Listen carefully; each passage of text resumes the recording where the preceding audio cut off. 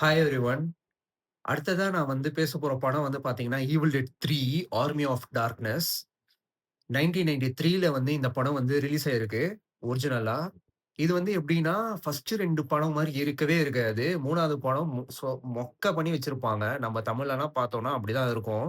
But reality பார்த்தீங்க அப்படின்னா, நெறைய பேருக்கு அந்த படம் புடிச்சிருக்கும். ஏன்னா, அந்த ஹீரோ ஆஷ்காக மட்டும் தான். ஏன்னா, ஆஷோட மொத்த கேரக்டருமே வந்து நம்மளுக்கு ஈவில் டெட் 3ல தான் தெரியும். அவன் வந்து பேயெல்லாம் பார்த்து அவன் பயப்படவே மாட்டான் 3 பார்ட்ல. ஸோ கூட சேர்ந்து சண்டை போட ஆரம்பிச்சுருவான். தைரியமா இருப்பான், போல்டா இருப்பான். யார பத்தியும் கவலைப்பட மாட்டான். ஸோ அது வந்து ஒரு ஹாரர் ஃபிலிம்ன்றத தாண்டி ஒரு ஆக்ஷன் ஃபிலிமா மாறிடுச்சு அது.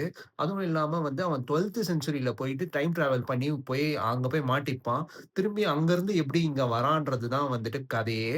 அது நெறைய பேருக்கு வந்துட்டு ஒரு ஹாரர் ஃபீலோட பார்த்தீங்கன்னா, கண்டிப்பா புடிக்காது. ஆனா ஒரு சினிமேட்டிக் ஃபீலோட பார்க்குறீங்க.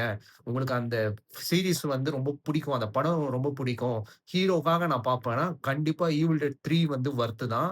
ஸோ உங்களுக்கு இந்த மாரி ஹாரர் ஃபிலிம்ஸ்லாம் புடிக்கும்னா, இந்த வீடியோவ லைக் பண்ணிக்கோங்க. இந்த மாரி கன்டென்ட்லாம் உங்களுக்கு வேணும் அப்டின்னா, இந்த சேனல சப்ஸ்கிரைப் பண்ணிக்கோங்க. அடுத்த வீடியோல பார்ப்போம். பாய் பாய்.